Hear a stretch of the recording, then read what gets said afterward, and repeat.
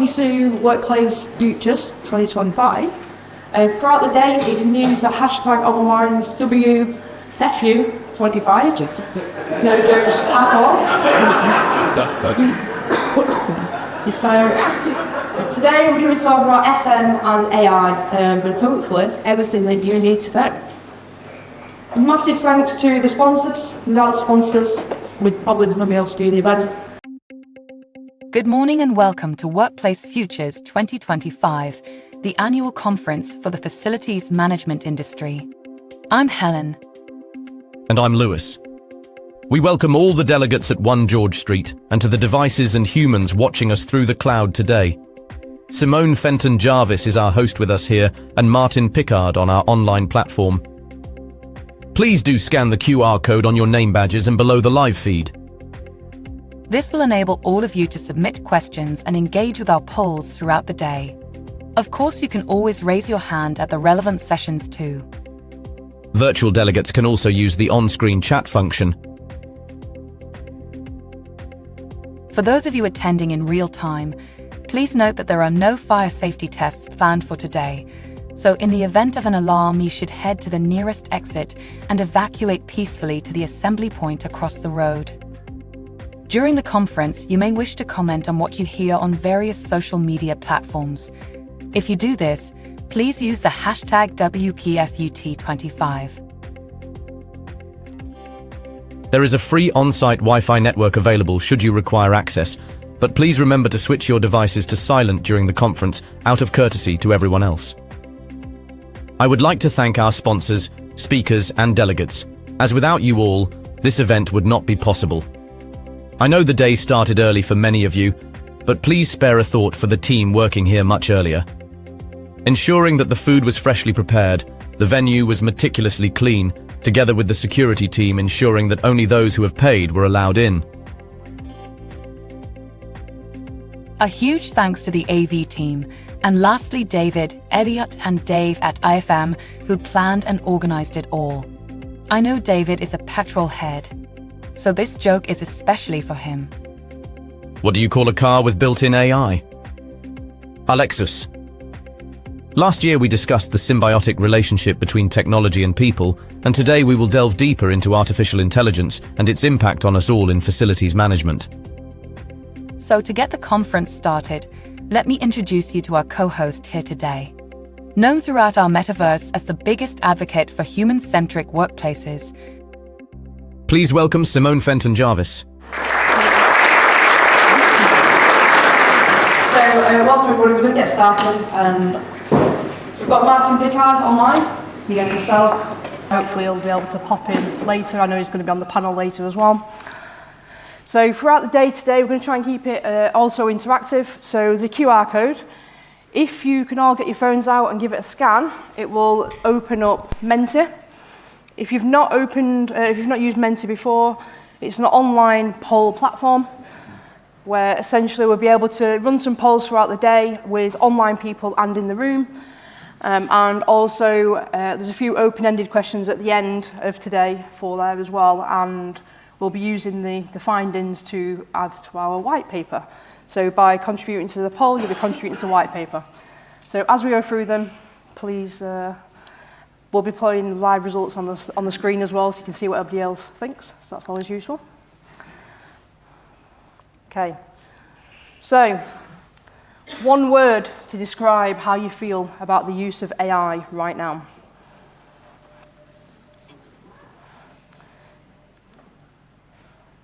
If you didn't use the QR code, you can go to menti.com and you can put that code in at the top. The bigger the word is, the more people are saying it. Hopefully with AI, it will start realizing that exciting and excited is the same thing. Maybe next year. Intrigued, excited, cautious, interested, clunky. We're used to clunky in FM though, aren't we? Can cope with that.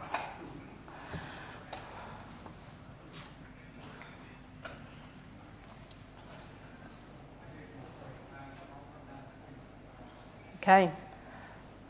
I think that's everyone.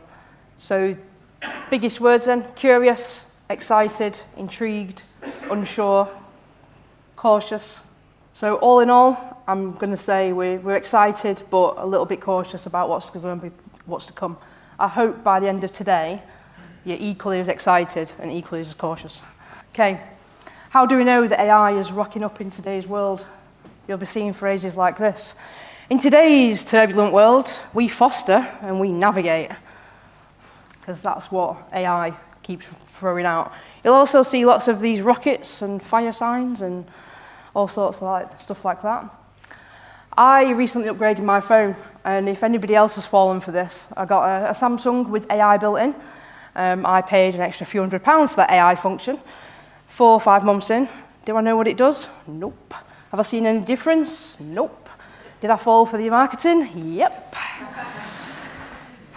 Copilot, I'm using this day to day, not for writing any content, but for doing things like being away from my office for a few hours. Copilot, what have I missed?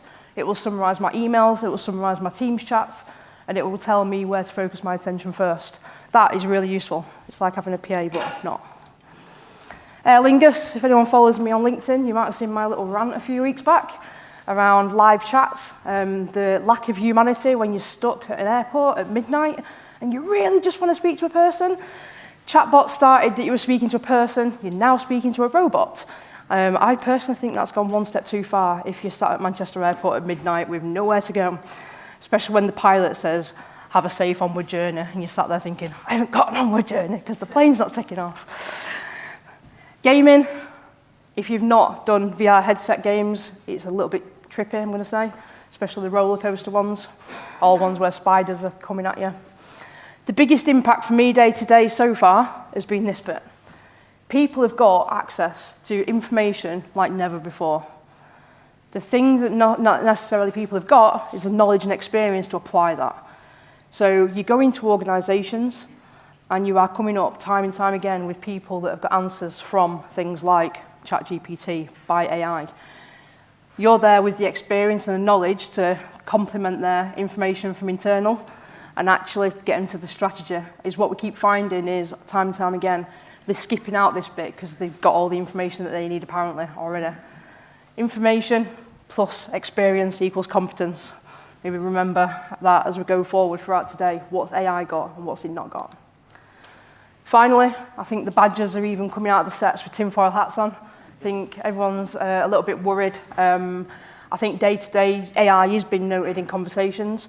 Lots of organisations coming to me and saying, we're going to ban the use of AI in the company. Is that the right thing to do? No. Let's train people, encourage people to use it for the right reasons.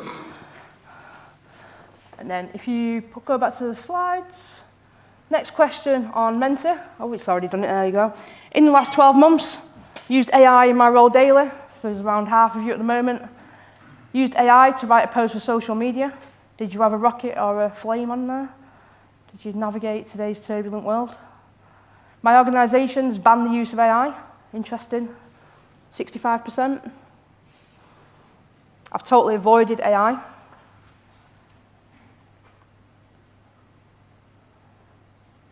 Okay.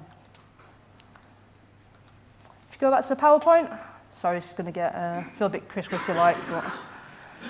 Okay, so AI is being used day to day in places that you might not have noticed, might not have heard about, might not have seen. So I'm just going to give you a little run through. The wars in recent years have all been powered by AI. AI drones, AI military. It means that essentially people are not now thinking twice about war, maybe, that they're sending a machine in to do that rather than the person. That's grim times and we'll leave it there. But on the positive, we can get humanitarian aid by drone. So there's always that. Being sarcastic, of course. Cybercrime, massive issue. On a positive, kids are learning via AI platforms, learning platforms. They're definitely more prevalent in the US and places like China at the moment, but I think it is coming. And obviously, if you've done an online course in recent years, you've probably had some form of AI learning platform speaking to you. Lots of medical devices and also logistics. Logistics is a main area of growth for AI. So if anybody works in logistics and you want to give any examples later, please do when we open it up. So, good and bad. Now, I can only really trust these people up here because they're the experts. So what I'm going to say here is there's a mix of opinions. When you get people like Stephen Hawking saying that AI is the end of the human race, that's a little bit worrying. He's a clever dude. He was a clever dude. You've got Mo Gawat, who basically works a lot on AI at Google. He's saying that this is essentially an ethics conversation, and I think that we all stand by that. You've got Elon Musk. God, where do you start with him?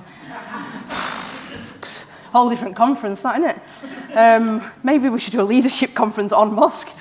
But when he, of all people, says that he wants regulatory things in place because we're summoning the demon, I just want to get that tinfoil hat off that badger. I mean, that's worrying because he definitely does not want to regulate many things, does he? Apart from how people do work, obviously. But then you've got people like Bill Gates. Okay, so it's going to reduce inequities. Look forward to seeing that into the future, hopefully. You've got Mark Zuckerberg. Apparently, we're going to do more with less. It's going to improve the quality of life of billions of people. Look forward to seeing that as well. And then you've got Tim Cook from Apple. And they've just invested, actually, they announced it this week, $560 billion in AI, and an AI factory that they're opened, and all the resource and R&D behind that. A lot of money has been ploughed into this. But essentially, his focus is how do we make AI a thing to make lives easier for people. And then in the middle here, you've got Timmy Jabru. She's one of the leading professors at Stanford on the use of AI, and has done some work with Google as well.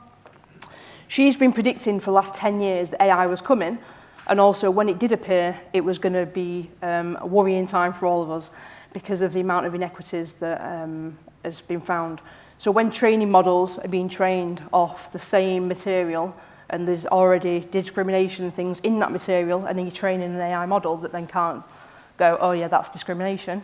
There's lots of bad examples coming out, i.e. people using AI, we talked about it a little bit last year's conference, using AI for recruitment, and how AI is actually preferring a white male over anybody else, not based off the CV, but because that's what the AI can see during the recruitment process. So there's also a lot of things that need fixing as we adopt the use of AI in day-to-day and how we manage that. But today is the focus on FM. Now, at least we can control FM. I'm hoping the people in the room can control FM. So hopefully by the end of today, we'll have an idea of how we use AI in our organizations, what to be careful of, and also what to be super excited of. So you can go back to the Menti poll. We've got a couple more questions.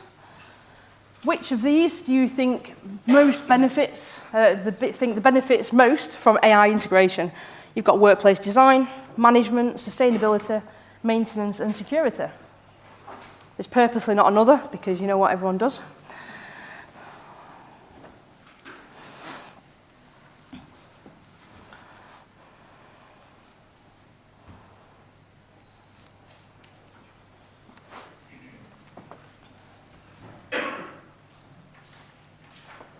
How are you finding the Menti? Is it all good?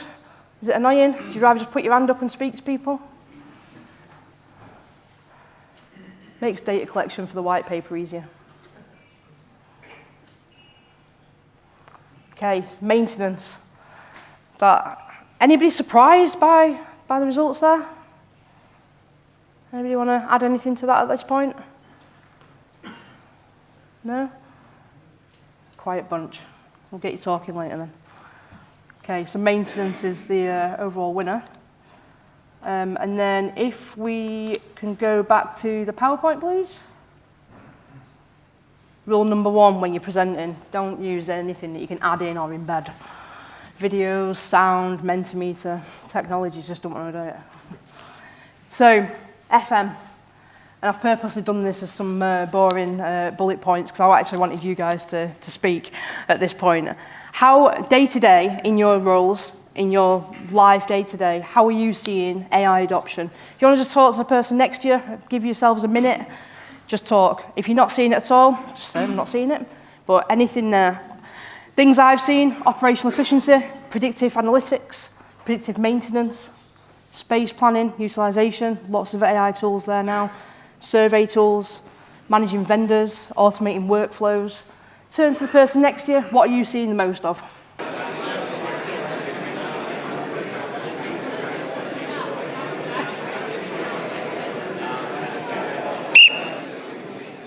Right. Sorry about the whistle. If it helps, so I started my life as a PE teacher and a football coach. And every time I blow that, I get a little bit of PTSD. So I'm not enjoying it either. Okay, if you go on to the next poll, what stood out for anybody there? Anything in particular? Anything that you were surprised by? Do you want to share by the room? For the people online, what were you surprised by? I'm not normally told to raise my voice. Yeah, I think some of us were surprised the maintenance was so high in the scoring. But I voted for it, but we were chatting and we thought perhaps workplace was something that would lend itself to it as much as anything else. Yeah, no, I agree. Okay, anybody got anything else to add to that?